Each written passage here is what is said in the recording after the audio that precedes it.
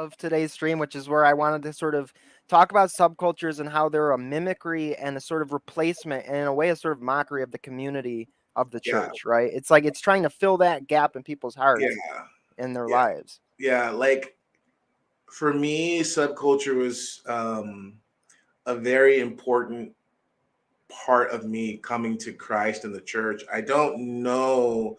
I mean, well, I'll put it this way: it primed me for being Orthodox, for Mhm. sure, for sure. But that being said, and I guess this is kind of like my old man statement, you whippersnappers today, like I don't, Yeah. it's just the scene seems. Well, I keep up. You know what I mean? Like I stay current with stuff. Mhm. I'm a musician, you know what I mean? So I play and everything, or I played, and And when um, you have the connection to it, it's kind of hard to like even though I don't like hop trains anymore, like I still see people that are living that life and it still mhm, piques my interest when I yeah, see people yeah, doing it. If yeah. I run into some like train kids, out front of Walmart, like I'm still going to talk to them and say, hey, because it's just a part of who I Well, it's your was, my culture. journey. That's the thing. It's your culture, and Right. what people don't understand, because man, this is just my take. Okay, disclaimer. It's early in the morning. I've only had one cup of coffee, so it's all good. But disclaimer. Um, there's a difference between like, let me take you guys way back because there is a objective period of time when it began to change because of its becoming so ubiquitous in popular culture. You know what I mean? There was Yeah. a time when punk and aggressive music and subculture goth, everything was just super taboo and it Hmm. was looked down upon. Now it's, I mean, everywhere. I mean, quote unquote normies, normal people, they can maybe look like they're into something now. It's just Yeah. it's been co-opted, to be frank. So Yeah.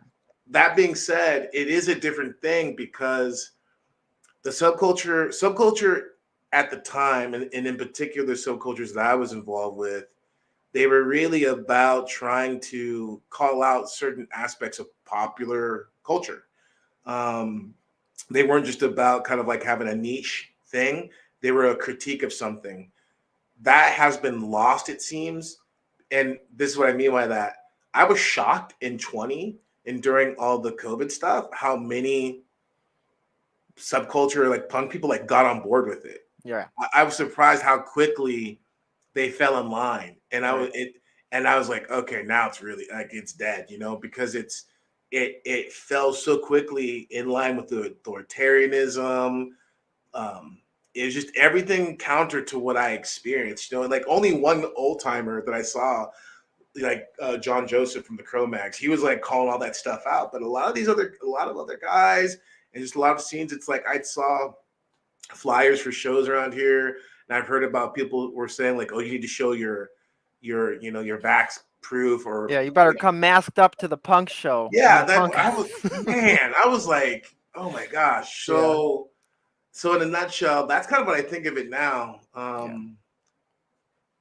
I'm hoping that I'm hoping that something really punk can come out and will kind of start exposing this stuff and call it out for what it is. Well, it seems like nowadays, like the rebellion against, I mean, we know as Orthodox, the true quote unquote rebellion isn't a rebellion at all. It's a submission to Christ. But the That's right. rebellion against the world and That's the right. evil of the world and the source of where that evil and corruption and badness comes from isn't God or isn't the conservative radical right or what. It's not. It's the devil and Christ. It's the antichrist and Mhm. Christ, and that's your options. It's Mhm. like there's all these false dialectics and false little traps that they set for you, but at the end of the day, it's like you got Christ or Antichrist, and that's your free will.